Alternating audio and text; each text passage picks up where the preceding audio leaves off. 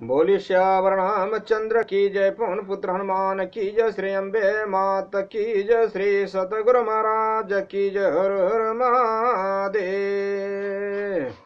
राजा राम राम राम सीता राम राम राम, राजा राम राम राम सीता राम राम राम, राजा राम राम राम सीता राम राम राम, राजा राम राम राम सीता राम राम राम, राजा राम राम राम सीता राम राम राम, राजा राम राम राम सीता राम राम राम, राजा राम राम राम सीता राम राम राम, राजा राम राम राम सीता राम राम राम, राजा राम राम राम सीता राम राम राम, राजा राम राम राम सीता राम राम राम, राजा राम राम राम सीता राम राम राम, राजा राम राम राम सीता राम राम राम, राजा राम राम राम सीता राम राम राम, राजा राम राम राम सीता राम राम राम, राजा राम राम राम सीता राम राम राम, राजा राम राम राम सीता राम राम राम। श्याम रामचंद्र की जय, पवन पुत्र हनुमान की जय, श्री अम्बे मात की जय, श्री सतगुरु महाराज की जय। हर हर महादेव। श्री राम जय राम जय जय राम, श्री राम जय राम जय जय राम। भगवान शंकर के आशीर्वाद से, प्रभु श्री राम जी के कृपा से, देवी माँ के आशीर्वाद से, सदगुरु के कृपा से, श्री भक्तमाल कथा भाग 254 श्री कमलाकर भट्ट जी की कथा है। आप लोग अगले भाग में श्री विठल सुत श्री गय जी, श्री हरिराम हठीले जी की कथा को आप लोगों ने सुना। अब श्री कमलाकर भट्ट जी की कथा को आप लोग सुनिए गीत के माध्यम से।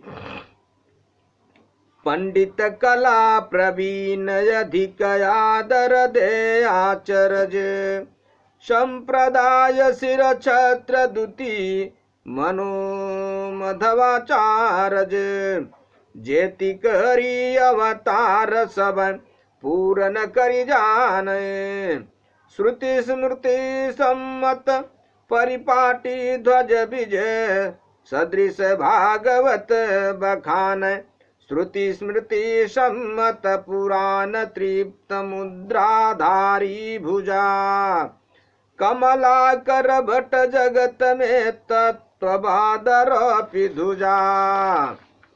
श्री राम जय जय राम। पंडित कमलाकर भट्ट जी ने संसार में तत्ववाद की ध्वजा फहराई। आप शास्त्रार्थ खंडन मंडन एवं शंका समाधान आदि की कलाओं में बड़े चतुर थे। श्रेष्ठ पुरुष आपका बड़ा आदर करते थे। आप माधव गौड़ेश्वर संप्रदाय के सिरमौर थे। आपको देखकर ऐसा लगता था मानो आप ब्रह्म संप्रदाय प्रवर्तक आचार्य श्री माधवाचार्य जी के ही प्रतिमूर्ति हूँ। आप भगवान के सभी अवतारों को पूर्ण अवतार ही जानते एवं मानते थे। श्रीमद् भागवत की विजय ध्वजी टीका की पद्धति से श्रीमद् भागवत की व्याख्या करते थे। आपके वचन श्रुति स्मृति पुराण सम्मत होते थे। आप अपनी भुजाओं पर तृप्त मुद्राओं को धारण किए हुए थे। सियावर रामचंद्र की जय। श्री कमलाकर भट्ट जी के विषय में विशेष विवरण इस प्रकार है। पंडित श्री कमलाकर भट्ट जी माधव गौड़ेश्वर संप्रदाय के सिरमौर संत थे। आप अगाध पंडित्य होते हुए भी अत्यंत विनम्र और साधु स्वभाव के थे। एक बार आप एकांत में बैठकर भगवत लीला का चिंतन कर रहे थे। उसी समय एक सक्त ने आकर आपको शास्त्रार्थ की चुनौती दी। प्रथम तो आपने उसे यूं ही टाल देना चाहा, परंतु जब वे जिद कर बैठा तो आप भी शास्त्रार्थ के लिए तैयार हो गए। उसने विविध युक्तियों से अपने मत की सर्वश्रेष्ठता का प्रतिपादन किया। परंतु आपने अनायास ही उसके समस्त सिद्धांतों का ऐसा खंडन किया कि उसकी वाणी मौन हो गई। तब उसने उस दिन का शास्त्रार्थ स्थगित कर दिया और अगले दिन पुनः शास्त्रार्थ करने के लिए कहकर चला गया। घर आकर उसने अपनी इष्ट देवी का ध्यान किया। देवी ने साक्षात प्रकट होकर उसे दर्शन दिया। तब उसने उपालंभ भावपूर्वक देवी से पूछा कि आपने कल शास्त्रार्थ में मेरी सहायता क्यों नहीं की? मुझे अवमानित होना पड़ा। यह सुनकर देवी ने कहा, श्री कमलाकर भट्ट जी भगवान के परम भक्त हैं। भगवान के भक्तों पर माया का प्रभाव नहीं चलता। सियावर रामचंद्र की जय। भला भगवान के सम्मुख मेरी क्या सत्ता? वे तो मेरे भी स्वामी हैं। भक्त और भक्ति और भगवान की यह महिमा सुनकर उस शाक्त की आंखें खुल गई और उसने श्री कमलाकर भट्ट जी का शिष्यत्व स्वीकार कर उनसे वैष्णवी दीक्षा ले ली। सियावर रामचंद्र की जय। मेरे भाइयों, यहाँ पे एक बहुत ज्ञान की बात मिलती है कि ईश्वर ही सत्य है, जगत मिथ्या है। जो भी संसार में है भगवत के सत्ता के नीचे है। इसलिए भगवान के परम भक्त के आगे दूसरे की नहीं चलती है। इसलिए भगवान अपने भक्तों को बड़ा ही मान दिया है। इसलिए भगवान की भक्ति कहीं भी कैसे भी करना चाहिए। अभी आगे की कथा है श्री नारायण भट्ट जी की। गोप्य स्थल मथुरा मंडल जीते 12 बखाने ते किए नारायण प्रगट प्रसिद्ध पृथ्वी में जाने। भगति सुधा को सिंधु सदा सतसंग समाजन। परम रसज्ञ यज्ञ कृत्य लीला को भाजन। ज्ञान समारत पाच को नहीं को खंडन बियो। ब्रज भूमि उपासक भट सो रचि पचि हरिय कई कियो। श्री ब्रज भूमि की उपासना करने वाला नारायण भट्ट जी सरीखा भक्त भगवान ने बहुत परिश्रम करके एक ही बनाया। श्री 12 पुराण में मथुरा मंडल 84 कोस के जितने तीर्थों का वर्णन किया गया है। काल के प्रभाव से सभी तीर्थ लुप्त हो गए थे। श्री नारायण भट्ट जी ने उन सभी तीर्थों को प्रकट और प्रसिद्ध किया। यह बात सर्व प्रसिद्ध है और सारी पृथ्वी के लोग जानते हैं। आप भक्ति रसामृत के समुद्र थे तथा सदा ही संतों के समाज में विराजमान होकर सत्संग किया करते थे। आप परम रसज्ञ अनन्य निष्ठावान तथा श्री कृष्ण लीला अमृत को धारण करने के लिए उत्तम पात्र एवं नित्य लीला के पात्र थे। सुशक ज्ञान तथा कोरे कर्म कांड का खंडन करके भक्ति की स्थापना करने वाला आपके समान दूसरा कोई नहीं हुआ। सियावर रामचंद्र की जय। श्री नारायण भट्ट जी से संबंधित विशेष विवरण इस प्रकार है। श्री नारायण भट्ट जी का जन्म दक्षिण भारत के मदुरा नगर में वैशाख शुक्ल 14 संवत 1588 विसंवत को हुआ था। आपके पिता का नाम श्री भास्कर भट्ट और माता का नाम यशोमती था।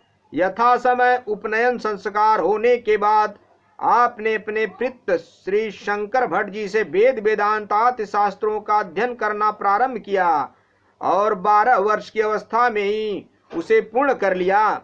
भगवान श्री राधा माधव और ब्रज वृंदावन के प्रति अनुराग पूर्ण भक्ति भाव आप में बचपन से ही था। सियावर रामचंद्र की जय। संसार में कुछ लोगों का संस्कार जन्म से ही होता है, कुछ यहाँ पे भी होता है भगवान के भक्ति के कारण। एक दिन आप श्री गोदावरी जी में स्नान करके स्तोत्रपाठ करते हुए युगल सरकार का ध्यान कर रहे थे। उसी समय प्रिय प्रियतम श्री राधा जी माधव जी ने प्रकट होकर आपको दर्शन दिया और उपासना रहस्य उपदेश के साथ साथ यह आदेश दिया कि तुम शीघ्र ही ब्रज जाकर मेरी लीला स्थलियों का प्रकाश करो। यह कहकर श्री भगवान ने आपको अपना लाडल्यो नामक बाल रूप वाला श्री विग्रह प्रदान किया और कहा कि इसकी सेवा पूजा से तुमको ब्रजलीला के रहस्यों का बोध हो जाएगा। इस अलौकिक घटना के उपरांत आप ब्रज में निवास करने और लुप्त तीर्थों का प्रकाटय करने के लिए घर से चल दिए और 2.5 वर्ष तक तीर्थाटन करके विसंवत 1602 में आप ब्रज पहुंचे। श्री ब्रजधाम पहुंचने पर सर्वप्रथम आप श्री गोवर्धन के समीपस्थ श्री राधा कुंड गए, जहाँ चैतन्यायी श्री कृष्णदास ब्रह्मचारी ने इन्हें अपने संप्रदाय में आत्मसात किया। इस प्रकार श्री नारायण भट्ट जी ने श्री कृष्णदास ब्रह्मचारी से संप्रदाय के सिद्धांतों एवं उपासना रस का अध्ययन किया। तदुपरांत आपने भगवान की आज्ञा का स्मरण ब्रज के लुप्त तीर्थों का उद्धार करने का निश्चय किया। सर्वप्रथम आपने श्री राधा कुंड और श्याम कुंड को प्रकट करने की योजना बनाई। श्याम रामचंद्र की जय। परंतु उस समय कोई आपकी बात का विश्वास नहीं किया करता था। तब आपने एक स्थान पर 10 हाथ की गहराई तक की धरती का उत्खनन कराया, तो वहां दही से भरे एक मणिमय पात्र की प्राप्ति हुई और टूटी सीढ़ियां भी दिखी। इससे लोगों को आपकी बात का विश्वास हो गया। फिर तो आप संपूर्ण ब्रजमंडल में घूम घूम कर तीर्थों को प्रकाशित करने लगे। ब्रजवासी भी इनमें आपको पूर्ण सहयोग देते थे। उस समय अकबर दिल्ली का बादशाह था, वह भी आपके कार्यों से अत्यंत प्रभावित हुआ। अतः उसने अपने कोषाध्यक्ष राजा टोडरमल को आपकी सेवा में भेजा। श्री टोडरमल जी के द्वारा सेवा की प्रार्थना करने पर आपने कहा कि यदि आपका विशेष प्रेम है तो मैंने जिन तीर्थों को प्रकट किया है उनका स्वरूपानुरूप आप निर्माण करा दीजिए। श्री टोडरमल जी ने सहर्ष आज्ञा स्वीकार की और तीर्थों का सुंदर ढंग से निर्माण करा दिया। सियावर रामचंद्र की जय।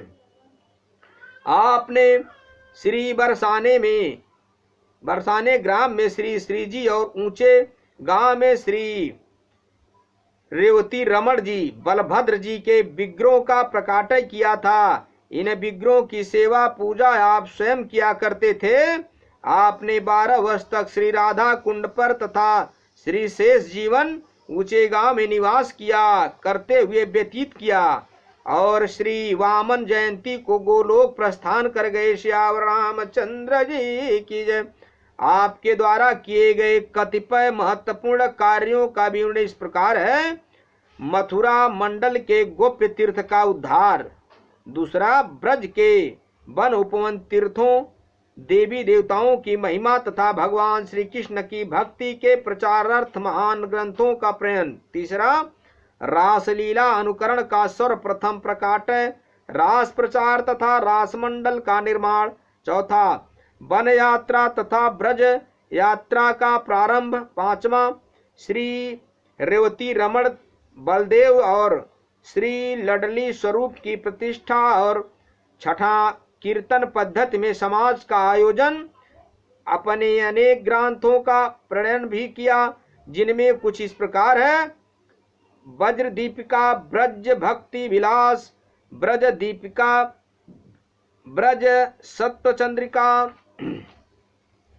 ब्रज होदी, ब्रज सत्व हल्दिनी, ब्रज गुणोत्सव, ब्रज प्रकाश, भक्त भूषण संदर्भ, भक्ति विवेक, भक्ति सतरंगिणी, साधन दीपिका, राशिका हंदिनी, टीका, प्रेमांकुर नाटक, लडिलश्चायक, धर्म प्रवर्तनी, सिद्धांत चूड़ामणि, नीति श्लोकानि, ब्रज रत्न दीपिका, भक्ति रहस्य, राधा विनोद काव्यस्य टीका। एक बार आप मथुरा में विराजमान थे। माघ का महीना था। बहुत से लोग तीर्थ प्रयाग में त्रिवेणी में स्नान को जा रहे थे।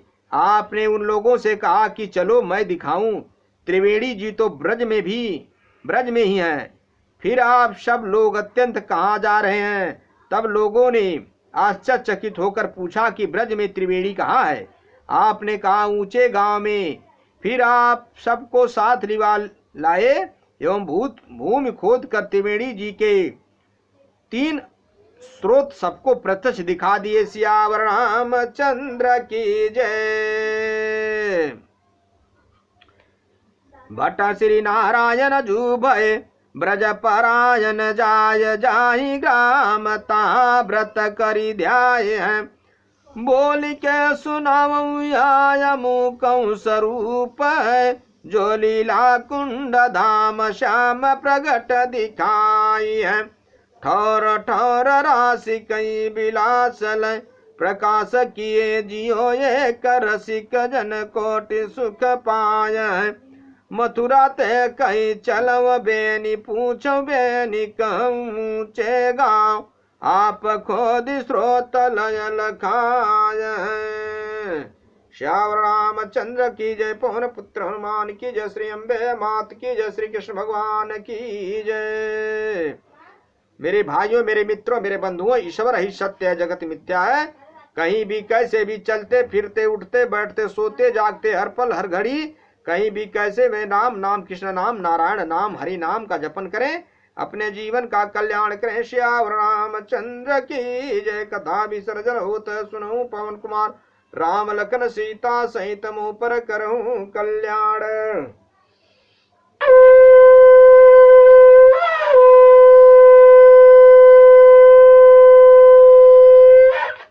हरि नारायण।